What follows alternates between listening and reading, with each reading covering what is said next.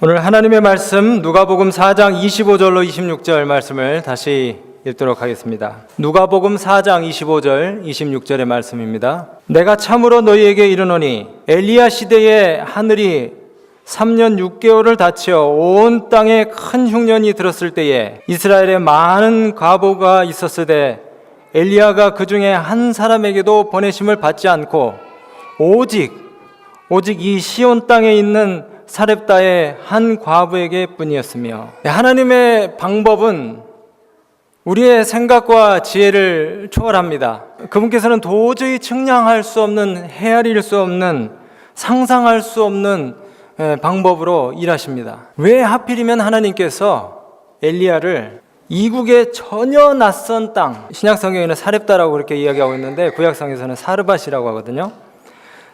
이 사렙다 이방 땅의 그 과부 여인에게 하나님께서 보내셨을까? 당장 음식과 물이 필요했다면 그래도 좀 그 그리 시내가에서 가까운, 그리 멀지 않은 먹을 것이 있을 법한 곳에다가 엘리야를 좀 가라고 그렇게 하셨어야 될 텐데, 거기 그 사렙다도 두로와 시돈이라고 하는 그 페니키아 지방인데 역시 그 가뭄에 타격을 입었던 지역이거든요. 더구나 이 사렙다는 그릿 시내가, 요단강 강변에 있는 그 그릿 시내가에서 무려 160km나 떨어진 곳입니다. 그러면은 지금은 뭐 차로 있으니까 금방 가지만은 사나흘을 죽어라고 걸어도 닿기가 힘든 그리 먼 곳이에요.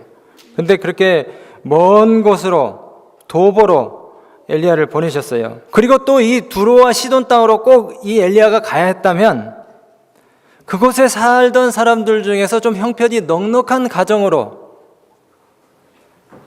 그리고 생계의 버팀목이 되어줄 남편이라도 있는 그런 그 가정으로 갔어야 맞는 거 아닙니까? 그리고 이 사렙다는 어떤 곳입니까?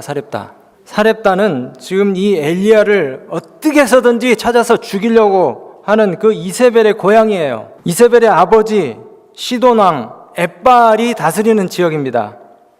근데 하나님께서 여호와 신앙을 탄압하고 있는 이 이세벨의 고향, 그리고 그녀의 아버지가 통치하고 있는 그 땅으로 엘리야 선지자를 인도를 하시는 것이에요. 마치 이 유대 아이들을 모두 죽이라는 명령이 떨어진 바로 그 바로의 궁전에서 하나님의 백성을 장차 인도하게 될 모세가 대적자의 가장 그 심장부, 바로 이 바로의 궁전에서 양육을 받고 또 그것이 그의 피난처와 은신처가 되었다는 것과 같은 기가 막힌 하나님의 역설인 것입니다. 오늘 제가 이 과부의 믿음과 하나님의 선지자의 동정심을 비교해서 좀 이야기를 하려고 그러는데요. 본문이 있는 누가복음 4장은 우리 예수님께서 40일 동안 금식을 하신 후에 사단을 이기시고 이제 성령이 충만하셔서 고향 나사렛으로 돌아와가지고 공생애를 막 시작하려고 하시던 즈음이었어요. 근데 이 믿음의 본거지가 되어야 될 예수님의 유년 시절의 고향 나사렛에서 배척당하시는 장면을 기록하고 있습니다.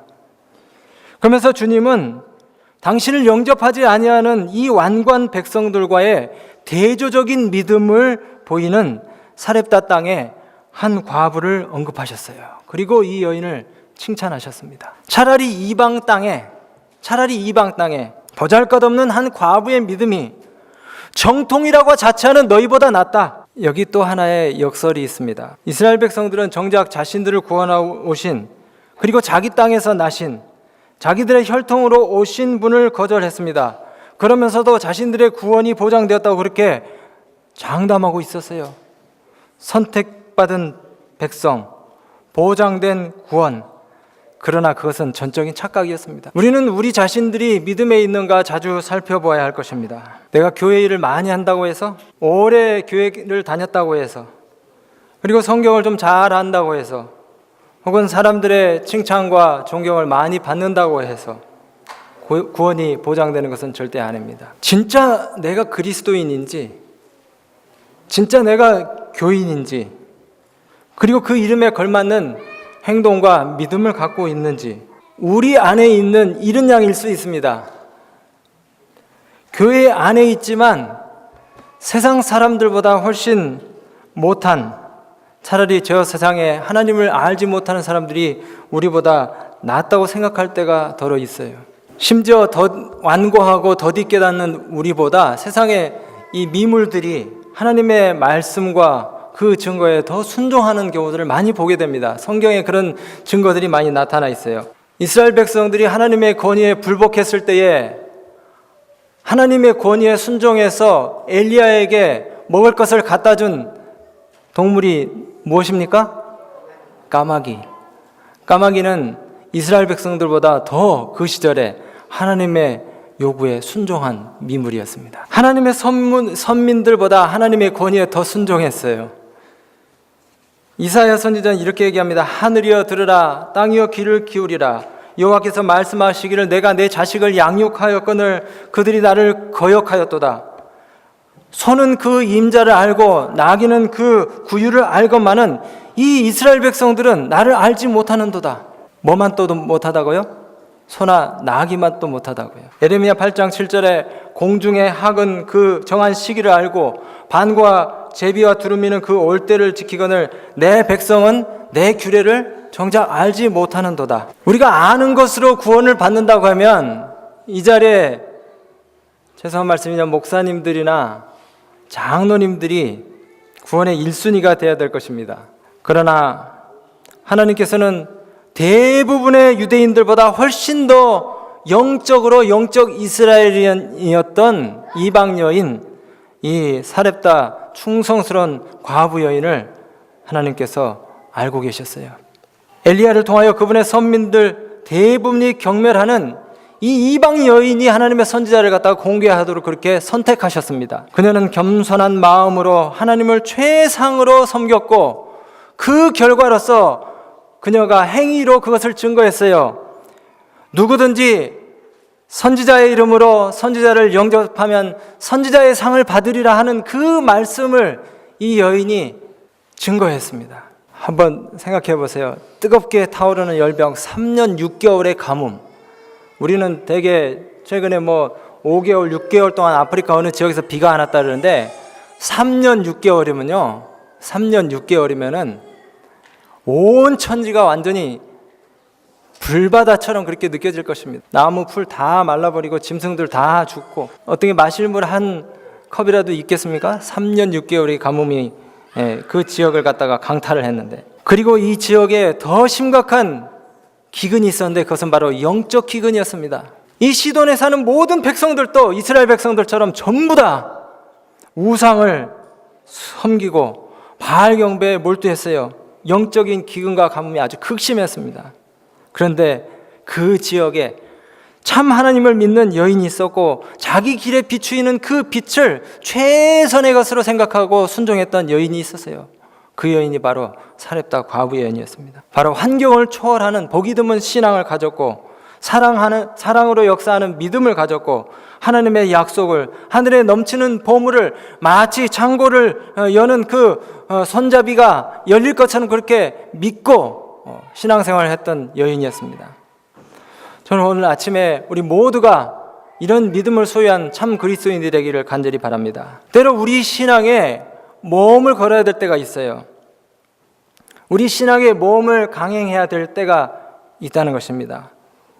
과부의 음식이 마지막 한 끼가 남았을 때에 바로 그때에 엘리야가 그녀의 마을에 도착했습니다. 이제 마지막 음식을 서서히 애이는 듯한 이 위장을 붙잡고 이제 아들과 함께 먹고 죽을 것으로 그렇게 생각을 하고 있었는데, 성경의 표현 그대로라면은 이것을 먹고 난 후에는 죽으리라 그렇게 했어요. 이것을 먹고 난 후에는 죽으리라. 근데 선지자가 난데없이 와가지고 물을 한 컵 달라 그러고 떡을 한 덩이 달라고 그렇게 얘기를 하는데, 자기가 굶어 죽는 것은 참을 수 있지만은 사랑하는 아들 음식을 갖다가 달라고 하는 것은 어떻습니까? 이건 정말 견딜 수 없는 시험인 것입니다. 보통 부담이 아닐 수가 없는 것이에요.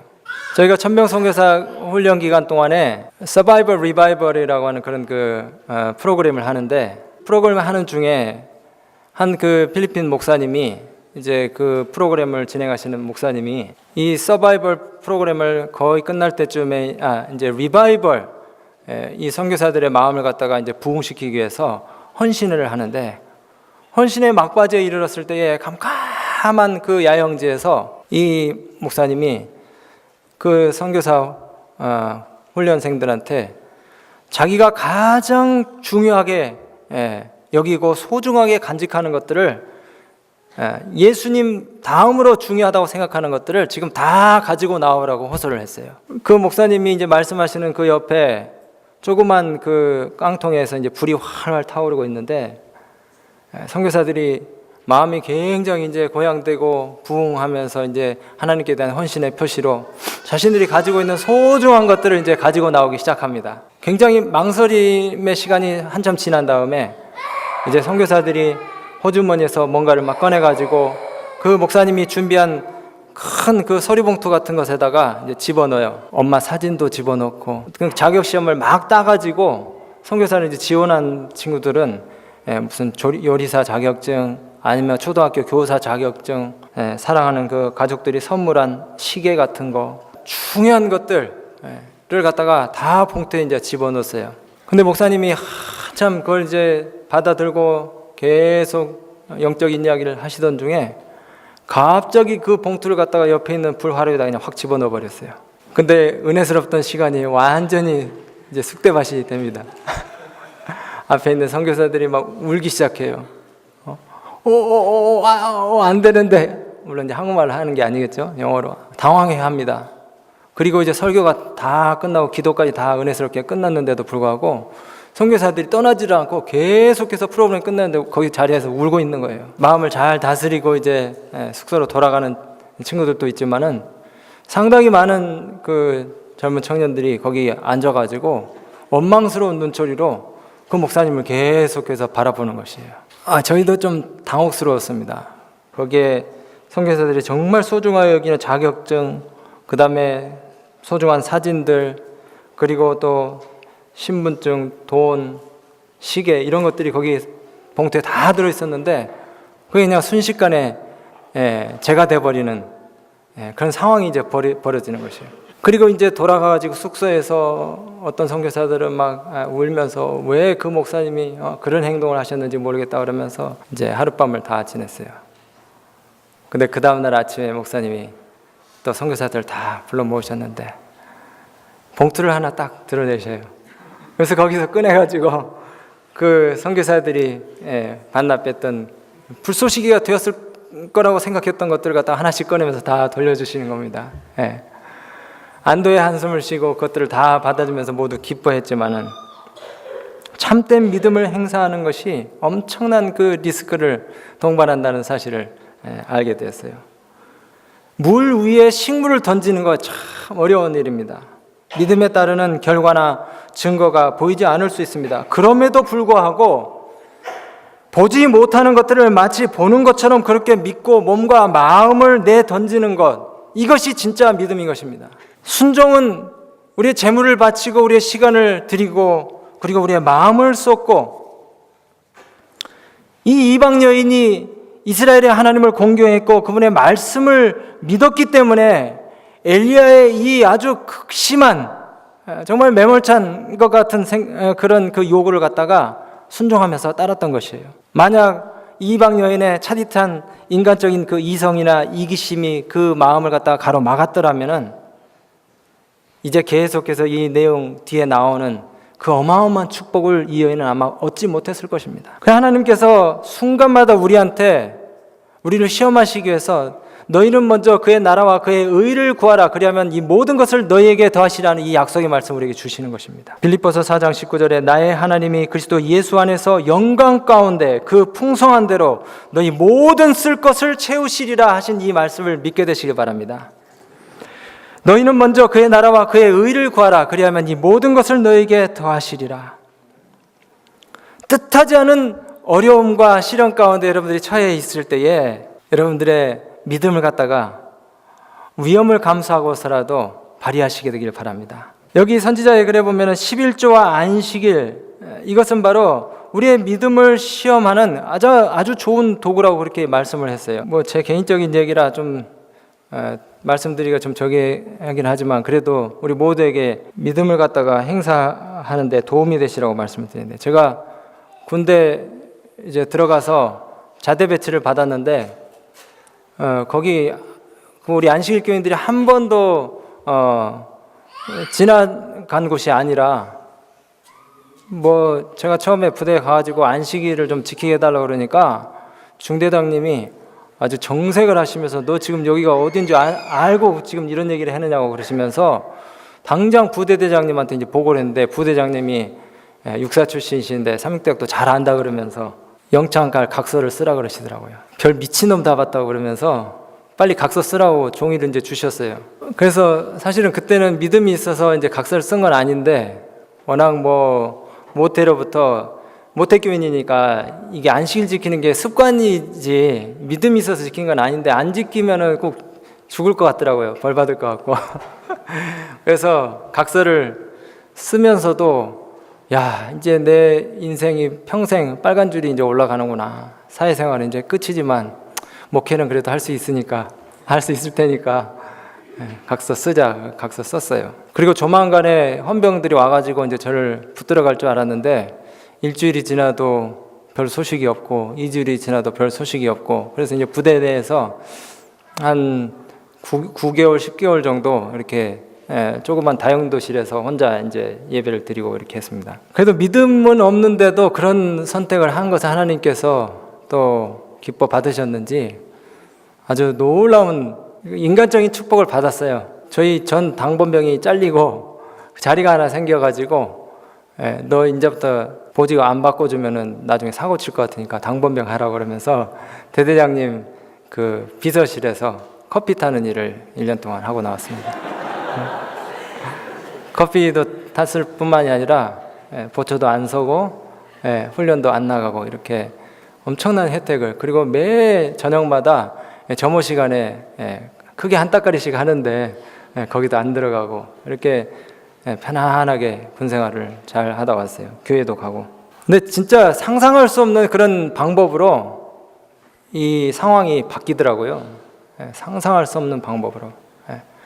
영창 갔어야 되는데 정말 다른 그 군인들보다 훨씬 더 편안하게 은혜롭게 그렇게 군생활을 마쳤습니다. 이사야 58장 13, 14절에 있는 말씀처럼 전 세계적으로 수백만 명의 안식일 준수자들이 하나님께서 그분을 영화롭게 하면은 그들을 하나님께서 영화롭게 하시겠다고 하신 그 약속대로 그분의 축복들을 경험하고 많이 살고 있어요. 일시적으로 우리가 뭔가를 잃어버리는 것처럼 그렇게 보일지 몰라도 영적으로 우리가 크게 보상을 받는다는 사실을 우리가 믿어야 하는 것입니다. 그래서 여러분들과 제가 믿음을 준비하고 장차 우리가 이거보다 더 큰 시험과 시련을 이 사렙다 과부가 겪었던 것처럼 우리가 봉착하게 될지도 몰라요. 조금씩 쌓아왔던 우리 이 믿음의 내성을 가지고 하나님께 충성하는 그와 같은 사한 믿음의 증거들을 우리가 보여주시게 되기를 간절히 바랍니다. 사실 우리가 안식일을 준수하는 참된 동기는 무엇입니까? 예수님이 우리를 사랑하심을 마음으로 느끼고 깨달았기 때문에 그런 것이에요. 다른 거 하나 없습니다. 주님께서 나를 인도하신 그 은혜와 사랑과 섭리에 감사하는 표현으로 우리가 안식일을 순종하는 것입니다. 또 한 가지는 11조예요. 정말 이 미국 와가지고 돈 내야 될 일들이 많아서 빌빌하다가 이제 가는 것 같은데 청구서 낼 형편이 안 되는데도 어떻게 11금 수입의 10분의 1 그리고 헌금들을 낼 수가 있을까? 근데 약속의 말씀이 있으니까요. 분명히 여기 잠언 3장 9절 10절에 내 재물과 내 소산물의 처음 익은 열매로 여호와를 공경하라. 그리하면 내 창고가 그득히 차고 내 즙틀에 새 포도즙이 넘치리라. 말라기 3장 10절에 만군의 여호와가 이르노라 너희 온전한 11조를 창고에 들여 나의 집에 양식이 있게 하고 그것으로 나를 시험하여 내가 하늘 문을 열고 너희에게 복을 쌓을 곳이 없도록 붙지 아니하나 보라. 우리 자신의 처지와 형편을 동정하지 말고 믿음의 거보를 내딛게 되시기를 바랍니다. 신학교 때 저희 그 가까운 친구가 학비 낼 돈이 없어서 방학을 이용해 가지고 막노동판에 가서 2달을 아주 힘겹게 노동을 했어요. 하루에 8시간씩. 그래 가지고 60만 원을 이제 벌었습니다. 딱 60만 원이면은 등록금 낼 돈이에요. 그래서 그거를 기쁜 마음으로 이제 가지고 오는 중에 전철에서 소매치기를 당했어요. 60만 원을 다 잃어버렸습니다. 참 학비 낼지도 걱정이지만은 번 돈의 11조를 안 낸 거예요. 신학생의 양심으로 참 마음 가운데 이제 부담이 돼가지고 등록금은 둘째치고 이거 11금을 어떻게 내나 하다가 아는 사람한테 6만 원을 빌려가지고 11금을 냈습니다. 믿음으로. 근데 놀라운 고백을 이 친구가 했어요.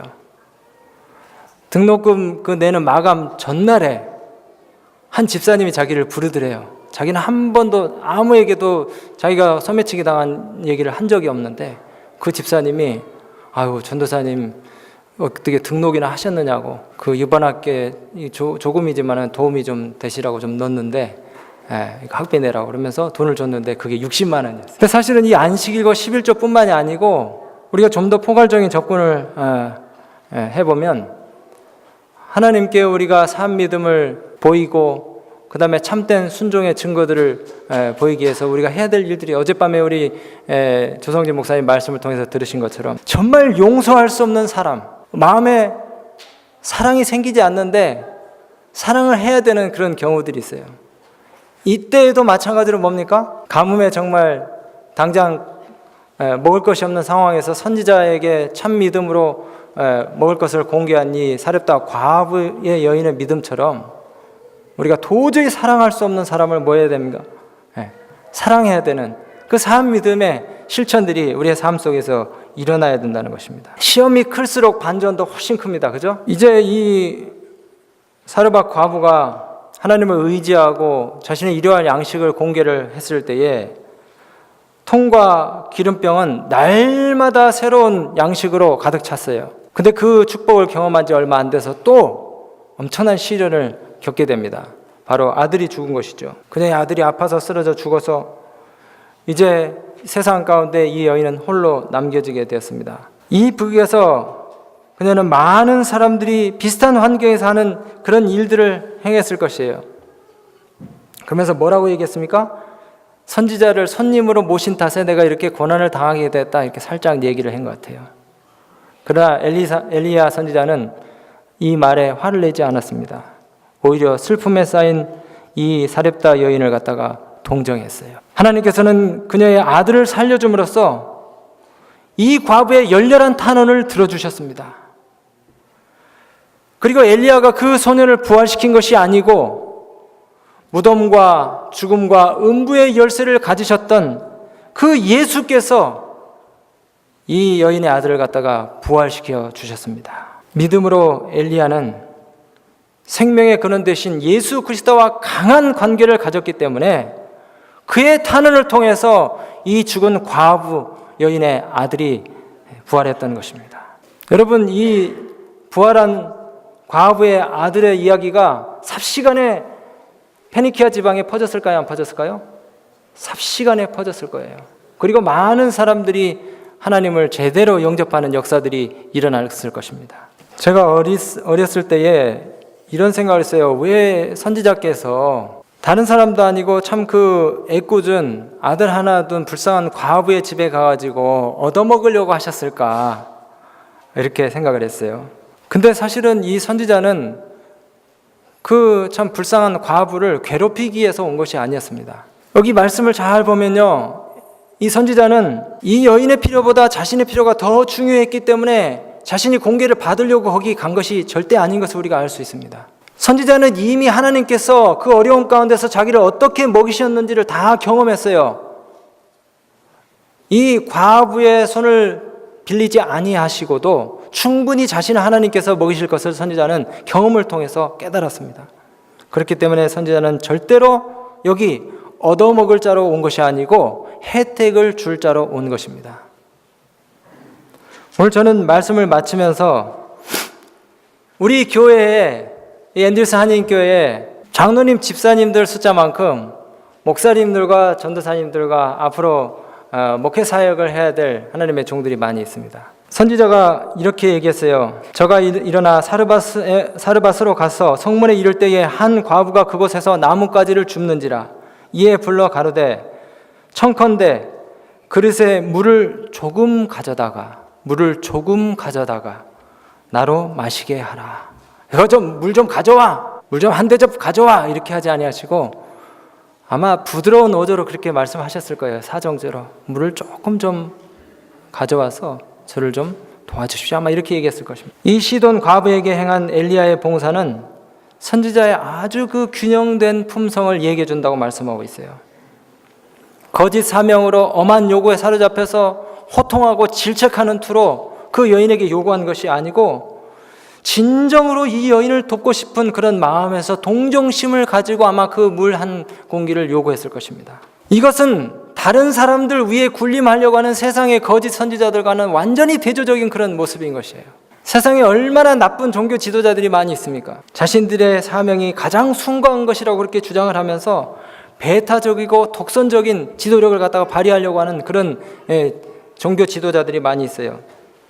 그러면서 세상 사람들에게 경의와 지지와 무조건적인 복종을 요구하고 채찍과 정갈로 징치하려고 하는 그런 사람들이 있습니다. 이와 같은 이기적인 정신은 다른 사람의 필요에 봉사하는 종의 정신을 가진 하나님의 참 선지자들과 전혀 상반된 대조된 모습들을 보이는 것입니다. 교회 안에서 우리의 지도자들의 태도가 이렇게 돼야 될 것입니다. 나이나 경험이나 지위나 이력으로 상대를 조종하려고 해서는 안 될 것이에요.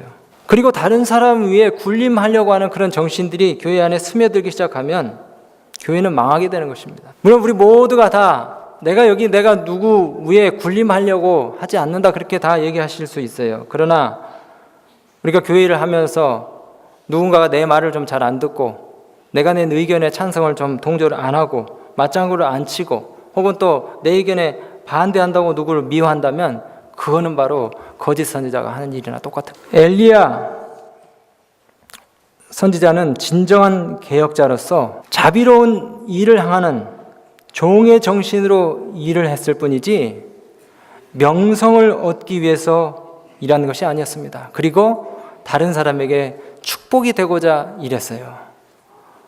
우리 모든 목사님들 그리고 전도사님들 또 이제 목회를 준비하고 계시는 하나님의 종들 그리고 우리 장로님들 우리 모두가 다 우리 성도들을 섬길 때에 또 우리 믿음의 가족들을 갖다가 우리가 공개할 때에 정말 겸손한 마음으로 다른 사람에게 축복이 되기 위해서 애쓰는 그런 하나님의 종들, 지도자들이 되시게 되기를 간절히 바랍니다.